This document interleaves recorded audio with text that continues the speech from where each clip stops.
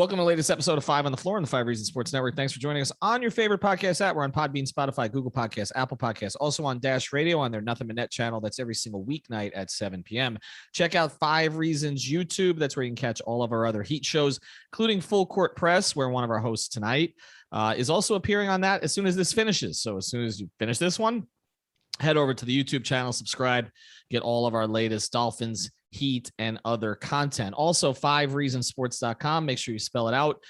Brady Hawk, working on pieces just about every day, but we got a bunch of new stuff up there. Mateo Mayorga is putting out an NBA series right now, so plenty of content, none of it behind a paywall. Also, make sure you support our sponsors, including our friends over at Therapist Preferred. That's right. This is where you get your CBD. This is the good stuff. 2 years ago, this is a physical therapist that started this. You go to therapistpreferred.com. You get all your CBD without the THC, so you don't have to worry about failing a drug test or anything like that. People use this for different reasons, some for recovery. I use it for sleep. At this point, I pretty much can't sleep without it. Get the CBD sports cream, the strawberry lemonade gummies, the green apple gummies, the tincture. They've got all of it there on the website. Use the promo code 5 Reasons. That's the number 5 and Reasons for 25% off your order. That's right, 25% off your order and free shipping on all orders. Just got to use the code 5 Reasons. It's the number 5 Reasons. Go to therapistpreferred.com. Get all of your CBD products there. And now, tonight's episode. Down the bitch gang. Yeah. 5 on the floor. Ride for my dogs. Where here's the thing. You can check the score. Hustle hard, couple scars, wearing bubble frogs. Just like Butler said, you in trouble, y'all. Kept the floor playing. Got it all band. Y'all seen the block. Stop with one hand. And Pat we trust. It's power, have the guts. We're here to bring the heat. Y'all can hang it up. Welcome to 5 on the Floor, a daily insider show on the Miami Heat and the NBA, featuring Ethan Skolnick, Greg Sylvander, and Alex Toledo, plus others from the 5 Reasons Sports Network. All right, Ethan Skolnick back on 5 on the Floor. Make sure you catch the episode that I was not on. Some of you prefer that, so you could check that out. Brady Hawk replaced me. Greg hosted, along with Alex, did an episode about Bam Adebayo. That's up there. And also Alex and I did one from Media Day the other day, right there after it finished. So those are both up on the podcast feed. Make sure you check those out after this. And as I mentioned, we've been doing a lot on the YouTube channel as well. I did an episode of Starting 9 today, and I had Royal Shepherd as my guest. And we talked about expectations for the Heat coming into this season. Tonight, we're going to get specific again. Here's the floor plan. I've got Alex. You can follow him at Tropical Blanket. He's got a new job too. He's going to be working for Clutch Point. So congratulations to him. Alexander.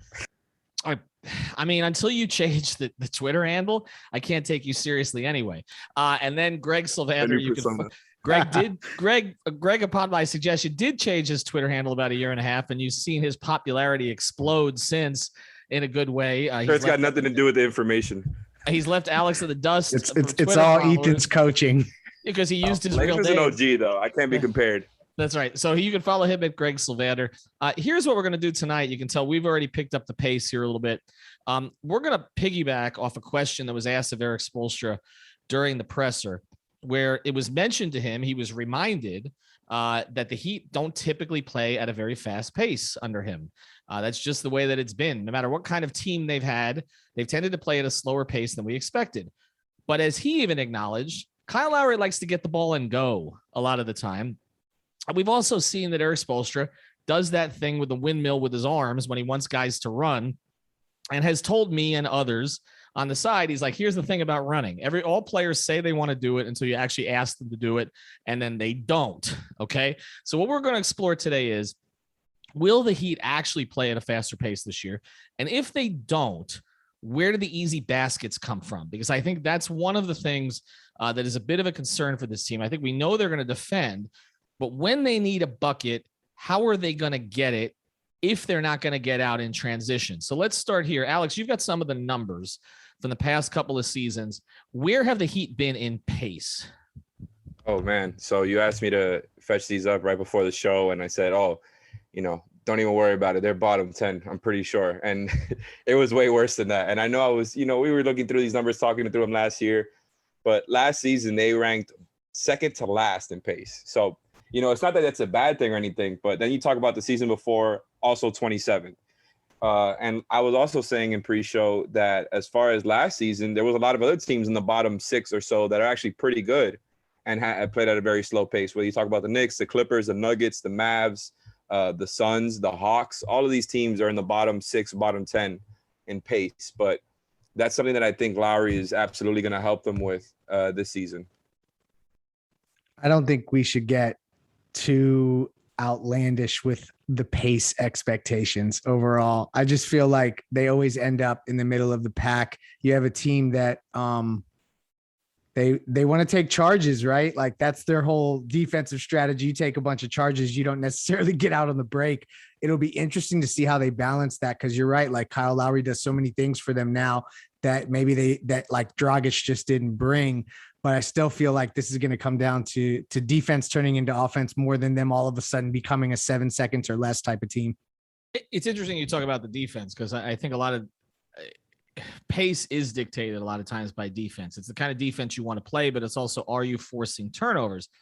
On the surface, this looks like a team that can force turnovers. I mean, Kyle, over the course of his career, has managed to do that. We know Jimmy is a top 5 guy in steals. We know that Bam creates a lot of deflections.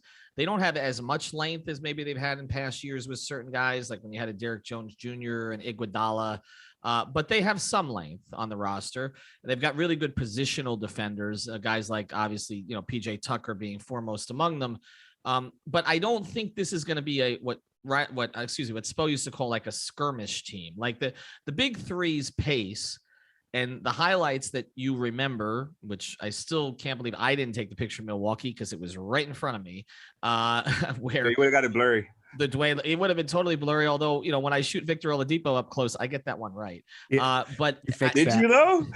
I did. It's a beautiful photo. I mean, it's been a widely liked and retweeted photo, Alex. So obviously it was very popular with the people.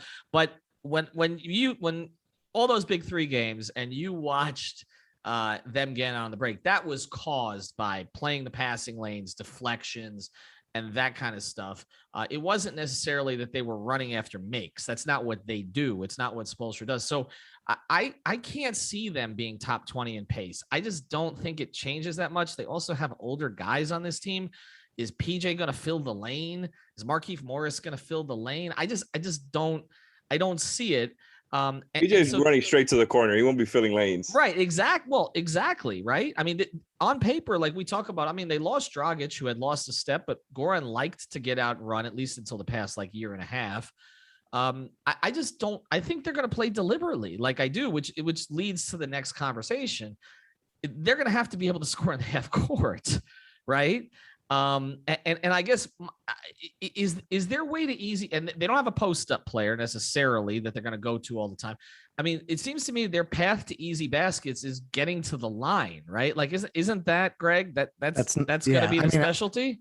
I think that's probably number one. It makes the most sense, particularly with Kyle. I mean, let's not, I think we shouldn't underrate their ability to cause turnovers. I know that they don't necessarily have the type of team that like wreaked havoc the way obviously the big 3 did, but last year they were fourth or fifth in deflection. So I mean, like they can do some of that stuff, and they're only going to get better at it with this crew. So I don't know. I feel like it is that they're going to be able to. I completely lost my train of thought. I'm sorry. Well, I mean, the pace was too fast for you. Which is understandable. No, what I was saying was, it's free throws, right? Which again slows pace, right? It slows pace. You set up your defense, which they're going to want to do. It feels to me like this team, I don't think this is going to team that other people around the country are going to enjoy watching. No. Because it's going to be a parade to the line, like for Jimmy, for Bam, and for Kyle, right? With a little flopping from Kyle. We don't call it flopping anymore. Now it's just, being hit while trying to make a play, although we know it's flopping. And so I feel like, it's a procession to the line with those 3 guys. We talked a lot about how they didn't have a third guy who could get to the line. Like maybe Depot too, later in the season. Well, that's another one. And he may play a little bit faster. They may pick up the pace, but I feel like the one guy who may push the pace a little when he comes in is Tyler. Mm-hmm. And particularly, some of the shots that he made his rookie season that he didn't make last year, which, the shots we remember, Alex, and the ones that got the crowd so hyped up, was Tyler on the break, 1-on-3, jacking a shot up against Philadelphia. Like, I feel like none of those went in last year. That's the type of transition take offense them. they had. Yeah. But he's still going to take them, right? Like, I feel like Tyler is a guy who's going to push pace. Maybe Strus running with him a little bit, sort of, again, to the 3-point line. But they don't have – who are their finishers on the break? To me, it's Bam for sure. Like, I think we're going to see an increase in Bam actually being used as an athlete on the break. And, Leif said a lot of the things that I was going to say there, as far as just because, like, they're not as athletic as that big three team for sure. But the coverages they were throwing out last season were kind of similar. They were doing the trapping stuff. They were obviously doing more than that, but they were zoning, they were blitzing. And now, because of Lowry being there at the point of attack, I agree with Leif. I think the deflections are going to go up. So I think they're going to create more havoc just because there's not going to be so many holes in the defense like there were before. I think they're just going to be on a string and suffocating defensively. And I think because of that, creating the turnovers, because of, and by the way, we talked about this, Leif and I did on Naveen Ganglani's pod, and all of this stuff is, I think we're underestimating just a little bit how much adding somebody like Lowry is going to bring for the pace aspect, even though I don't think they're going to be in the top 20. I think they're going to go from 29 probably to, in that beginning, 21, 22. Hey, progress, right? That's not nothing. Talk about filling the lanes. Can't they just fill the 3-point lanes? Like, just run to the corner, modern shoot transition. threes? That's kind of the modern day version. That feels like what Strus and Tucker and a couple of these other guys, I don't know that's what you want Markieff Morris doing, but maybe Omer, okay, potentially, if he's going to get a bench role. Lowry is the one guy, though, that's going to speed this up, because I don't really think Depot does either. I think his thing is very much about pick and roll, getting to the line, because I think Lowry is the quick decisions. That's the one, like, real difference. It's like in the half court, he's making snap decisions, and all of a sudden your possession is ending a lot quicker than it did last season. Well, I agree with you. I think his ability to read the game, but even their backup point guard, they're going to play deliberately with Gabe Vincent because they're not going to want him to make mistakes. He's not a guy that's a pace pusher. I do think the Lowry Hero lineups might be a little bit faster than we're expecting, though, because like you said, Hero is somebody who will come off the catch and go right into his thing. He got a little bit deliberate with the pick and roll stuff last year, but we're not expecting him to be in a high pick and roll usage type of role at all. So I think those Lowry Hero lineups could be a little bit faster than the rest of the lineups we're going to see. Greg, would it surprise you at all if even in the modern NBA, because you had numbers are inflated, right, by 10%, 12%, whatever, but we're going to see some 99-93 games, aren't we? I think so. I think that's how they're going to want to play. I think that there's going to be certain matchups where they're not going to want to crank up the offense. They're going to want to muck the game up. And it's interesting that you said that in terms of a team that creates a skirmish, I think that they'll create them, but just not in the same way that the big three did, because they did that to get out on the highlight reel. This is going to be more about like the 96, 97 skirmishes. Like they're going for that element of it. So like that's just, why do I keep doing this? What is wrong with now? me? You've gone back 25 years. Although I will say, actually, I like your parallel. By the way, I'm the oldest person on the podcast, so I should be the one forgetting stuff. But you're going back to the late 90s, which is interesting because we keep talking about comparisons for this Heat team, and I'm sorry, I see the Zo Tim teams.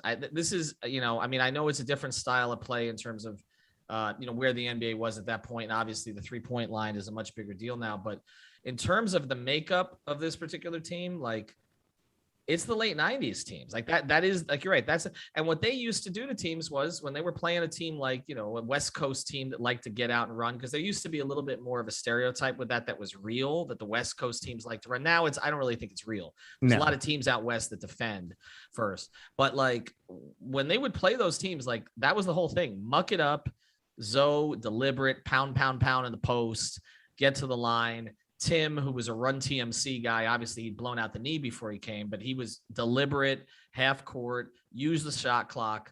Like I'm curious, Alex, and we'll get to some other stuff here after the break, but do you think they'll run a lot of early offense stuff? Because we talk about transition, but Spoelstra sometimes it's not so much transition, but it's getting to offense early.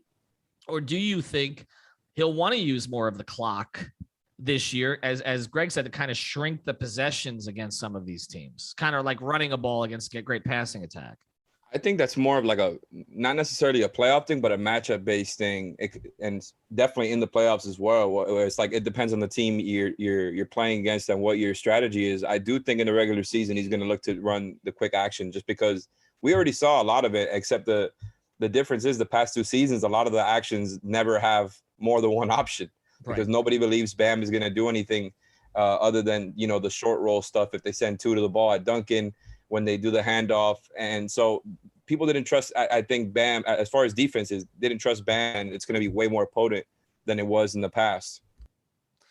All right, we're going to go to a break. Then when we come back, we're gonna do a little bit more in the projection sense here, in terms of, because I think there's one thing that can change this that we haven't really discussed yet. But before we do, tell you about another great sponsor, the 5 Reasons Sports Network. We tell you to go to manscaped.com all the time. Everybody thinks it's all about the razors, and yes, they've got all the razors, but they've also got the cologne. They got lots of different stuff on the website. So make sure you check it out. Manscaped.com. Use the code 5RSN. This is where you get yourself properly groomed. But look, you got to go do this, okay? I mean, seriously, we're in 2021, okay? It's not 1973. So go to manscaped.com. Use the code 5RSN, and you get 20% off and free shipping. And here's what I am contractually obligated to say, and will, as long as they are a sponsor, and hopefully they'll be a sponsor for a long time, because you guys are buying all this stuff, your balls and your body will thank you. All right, let's get back to it.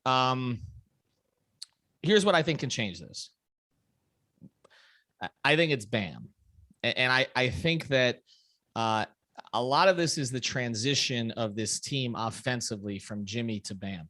I think as long as they're playing through Jimmy more, the pace is always going to be down, okay? Because Jimmy has the same kind of sense that Dwayne had. He understands how to grind a game to a halt when Dwayne started to do this probably the last 4 or 5 years of his career, where it's just like, okay, the game's getting too fast, put it in my hands, and I'm going to seek out a play, and it may take till 3 seconds left on the shot clock, but I'm going to do, it's not about ISO, but it's about giving it up, getting it back, working his defender. Jimmy has that same sense of timing and understanding. I watched LeBron do this in the 2015 finals that I was covering, where he didn't have Kyrie and he didn't have Kevin Love, and he was playing against the Warriors, and he was like a quarterback milking the clock. Okay. It was just, we're going to run, we're as few possessions as possible, and I'm going to control the pace of the game. And he almost pulled off that series doing it. He wasn't as efficient as he's typically done, but I thought it was one of his best performances, because he understood what was necessary at that point. His team could not run up, and with Matthew Dellavedova as his wingman, he could not run up and down the floor with Curry and Clay. No margin for error. Exactly. So it's just, you limit the possessions. The football analogy that's always used, and this is Greg may remember this barely, this is pre-Alex's time, is what Bill Parcells and the Giants did to the Bills and the K-Gun offense, I believe in 91, where the Bills were this up and down team, and the Giants just hammered down the possessions, controlled the clock with Otis Anderson, and they got away with it on a missed kick by Scott Norwood and won the Super Bowl. That is what LeBron did in that. And that's what Jimmy has a sense of that. Dwayne had a sense of that. So I feel like as long as Jimmy is at the controls, you're going to get paced down because it plays to his strengths. I think as they transition to Bam and get more free flowing, they're going to want to unleash him. And that's where I do think that the pace will increase a little bit, quicker actions to him, not as much of a focus of grinding down the clock, getting him out in transition to get some easy ones. Greg, I mean, do you see that? I feel like as long as this is Jimmy's team, that even with Lowry there, the pace is going to be slow.